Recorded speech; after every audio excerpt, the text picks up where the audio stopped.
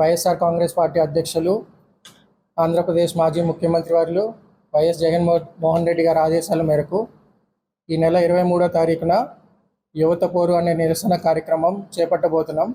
దీనికి ముఖ్య కారణం కూటమి ప్రభుత్వం వచ్చి సంవత్సర కాలంలో యువతకు ఇచ్చిన ఏ ఒక్క హామీని నిర్వహించలేదు కాబట్టి ఈ నిరసన కార్యక్రమం చేపట్టబోతున్నాం. ఇందులో భాగంగా యువతని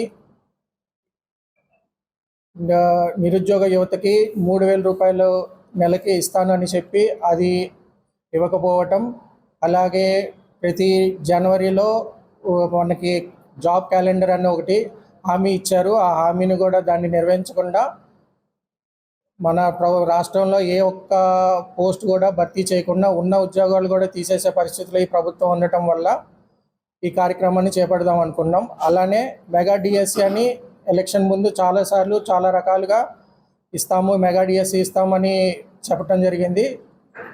ప్రభుత్వం మారాక మెగా డిఎస్సి లేదు, దాన్ని ఊసే లేదు. కాబట్టి ఈ నెల 23వ తారీఖున బాపట్లలో కలెక్టర్ ఆఫీస్ దగ్గర ధర్నా నిర్వహించి కలెక్టర్ గారికి వినతి పత్రం ఇచ్చి యువత ఏ విధంగా మోసపోయారో, ఈ ప్రభుత్వం వచ్చాక ఎన్ని కష్టాలు పడుతున్నారో కలెక్టర్ గారికి వివరించుకొని ధర్నా చేపట్టాలనుకున్నాం. కాబట్టి బాపట్ల జిల్లాలో ఉన్న నిరుద్యోగులు, బాపట్ల జిల్లాలోని యువత ఈ కార్యక్రమంలో పాల్గొని విజయప్రదం చేయాలని కోరుకుంటూ సెలవు తీసుకుంటున్నాం.